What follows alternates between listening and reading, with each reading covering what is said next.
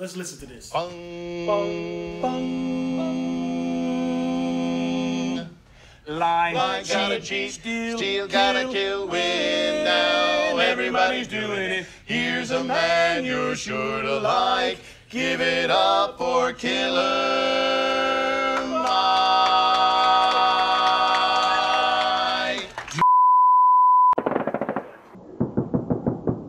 Husky, husky, husky, husky. Hefe. What's up, YouTube? I'm back again.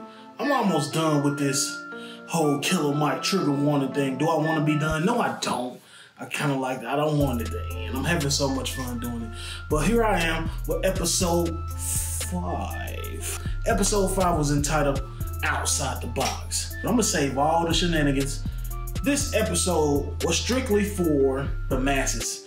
It's about how us as Americans, even though we pride ourselves on differences like, free country, free speech, free religion, we're all in this bubble.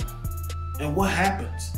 If you're all in this one bubble, or this specific bubble known to you and your people and your beliefs, you don't have a wide range of thinking. You just think that your way is right. It's either your way or the highway. And I don't think that's what the forefathers had in mind when they built this country, or, the indigenous people, or even our people. Anyways, moving forward, it was 2 parts of this episode. So the first part, Killer Mike visits a retirement home, an old people home, to say the least. Fastest growing community population, blase, blase, blase. He goes in here because he's trying to think outside the box. In life we've taught of, this is the standard, and this isn't the standard, but this standard can also elevate. So he's thinking outside the box. He's like, hey, what if my music can reach the masses in a different way, in a different age demographic? So to sum it up, he goes to this old people's home, this retirement home, and he actually puts on his show. This leads me to pro number 1, the relativity that he used. I like how he went into this old people establishment, and immediately he knew, oh, my method won't necessarily get me the response I want or get my message through to them. So he used the concept of relativity. He asked a couple questions, probing questions, to understand that, hey, some of these people aren't gonna necessarily like rap music, but they do like people from the 30s, the 40s, the 50s, Sinatra, all that good stuff.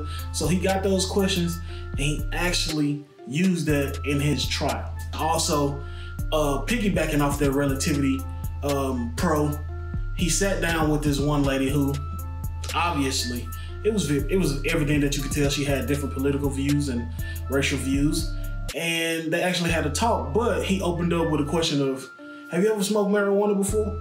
She was like, with her finger shaking and shit, she was like, once. And it's just to kind of like ease the room, and I like that. And that's the thing when we go into these conversations nowadays about indifferences and such like that. We need to kind of get everybody on the same playing accord, try to get everybody in the same, mindset or mood to feel open to talk. So that was great. We're gonna go into the second segment of this episode. The second segment of this episode, Killer Mike forms this supergroup, KMSG, Killer Mike Supergroup, composed of all these different races, ethnicities. I think that's like the same thing.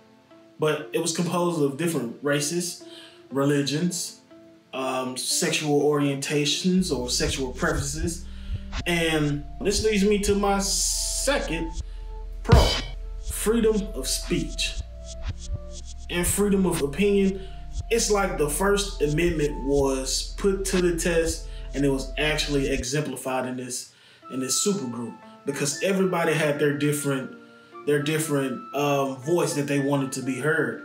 And though everything was different, it was a time that they set aside to where they can talk and understand each other a little bit better.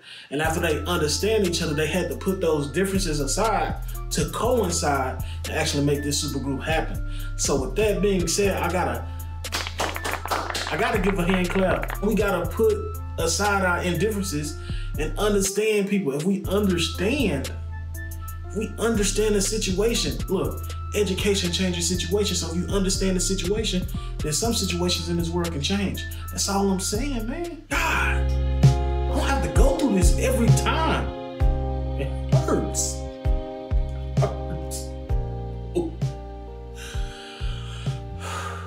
So I'm gonna keep this thing shaking, grooving.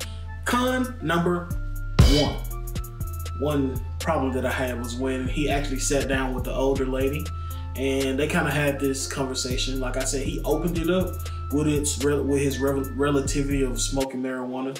He opened it up, kind of made her a little bit easy to talk, but when he described the things about guns, and she was actually on board, like she does not want guns to be, you know, taken away from the people. But when they had the conversation about, you know, he made it known that it's a lot of white men doing the heinous terror crimes. And it's like, okay, Mike, we get it. And he trying to talk to her about fake news, but it got a little offensive. Con is in this situation, I would have rather him. It's a thing with white counterparts, like you really got to show facts. So if he would have came with like documentation, just like, here, read it, you know, because everybody believes in this fake news. So, you know, they don't want to hear what they don't want to hear. But if it's wrote down on paper and it's right there in the record books, hey, you got to eat it. You got to take that, chew it up, eat it, swallow that pill, baby. Con number two. It's about Mario. Come on, Mario. I hate to pick on you. I hate to poke. But the situation that was presented was everybody had their chance to say use their voice or write what they wanted to write. And he had a problem with the whole term of moist, but he didn't have too much of a problem with the term nigger. Now, that was a little troubling. Because in a previous episode, Killer Mike looked him in the face and told him like he was racist. And, you know, it's kind of like his attitude and his take on the word, the nigger word when it was used, and versus when somebody said moist, which he found out meant gay. He blew it out of proportion, and he wasn't being all the way, I guess, fair across the board. So Mario, come on, man, you gotta get out this. Look, I get you like what you like. I'm the type of person, I don't care, man. So do you, but nobody owes you anything. And the word is still, you know, not respected. That kind of showed when, at the end of the show, when Keith used the word, and even his white constituents and counterparts was just like, no, bro. And also, Mario, let's not forget, man, you used a term that was offensive to Sekou Rumba of the other guy that was like indigenous to the land. You used the word when you said Native American and Indian. He said he didn't like that. But did you say, "Oh, I'm so sorry"? Did you apologize? No, you instantly went on defense, just like, yo, bro, your wrong ain't less wrong than somebody using the N-word or somebody saying faggot or gay. Like, stop, bro. But I get it, it's all words, so we all need to calm down a little bit. But hey, let's work through this. Let's really get this N-word, LGBT words. Let's get all this, let's get it under control. I'm gonna give my final thoughts and I'm gonna be out. I kinda had to address, keep saying the word white nigger.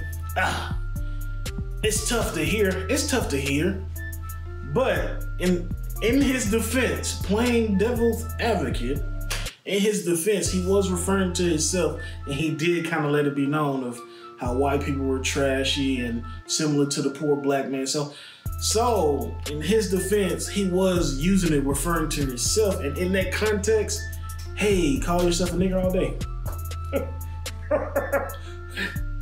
It's a short word, you can have it. But yeah, I know that may be controversial, but yeah, we'll talk about it in the comments if you even watch this. Trigger warning, episode 5, outside the box. Hey man, think outside the box, man. Reach this one, bring everybody together. and hey, cause a disruption, a positive disruption. Put all your indifferences to the side, and man, let's have a better world, man. That's all I'm saying. Hefe, hefe, hefe, hefe, hefe, hefe, out.